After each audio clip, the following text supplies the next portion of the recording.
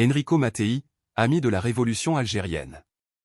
Le président Abdelmadjid Tebboune a signé, le 18 septembre 2021, un décret paru au journal officiel numéro 71, attribuant à titre posthume le Wissam des Amis de la Révolution algérienne à Enrico Mattei, ancien président de la Société italienne des hydrocarbures, ENI.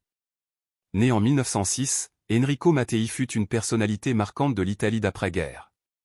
Fondateur en 1953 de la compagnie ENI, il mit fin à la dépendance énergétique de son pays face aux grandes compagnies pétrolières occidentales. Sa stratégie novatrice reposait sur un partage plus équitable des richesses, 75% des revenus devaient revenir aux pays producteurs et 25% aux compagnies étrangères. Ce modèle, appliqué en Iran, en Égypte, en Libye et ailleurs en Afrique, fit de lui un pionnier du partenariat énergétique et suscita la colère des majors pétrolières et des services secrets occidentaux. Visionnaire et anticolonialiste convaincu, Mattei développa très tôt des liens étroits avec la délégation du Front de Libération Nationale, FLN, à Rome, dirigée par Tayeb Boularouf. Ces relations lui permirent de rencontrer plusieurs responsables de la Révolution, parmi lesquels Ben Youssef Bankeda, Ahmed Boumangel, Mohamed Sédik Ben Yahya, Mohamed Yazid et Abdelhafid Boussouf. En janvier 1962, il dépêcha son proche collaborateur, Mario Pirani, à Tunis pour rencontrer Boussouf, Krim Belkacem et Ben Yahya, et discuter des enjeux économiques et politiques, en particulier ceux liés aux hydrocarbures. Mattei joua un rôle essentiel dans l'orientation du dossier pétrolier lors des négociations d'Évian. Grâce à ses conseils, les représentants algériens purent défendre avec force le principe de souveraineté totale de l'Algérie sur ses ressources énergétiques, y compris sahariennes.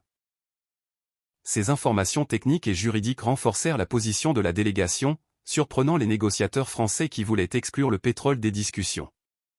Les revendications algériennes, inspirées en partie par ces orientations, portaient sur 6 points. La souveraineté pleine et entière sur toutes les ressources du sous-sol. La substitution de l'État algérien à la France dans toutes les participations existantes. L'interdiction de toute nouvelle concession. Le maintien des prix de référence.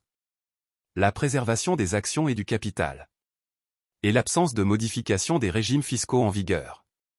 Le 27 octobre 1962, soit 2 mois après l'indépendance de l'Algérie, Enrico Mattei trouva la mort dans un mystérieux crash aérien près de Milan, en compagnie de son pilote Irnerio Bertuzzi et du journaliste américain William McHale, Time Life. Les circonstances de l'accident n'ont jamais été totalement élucidées.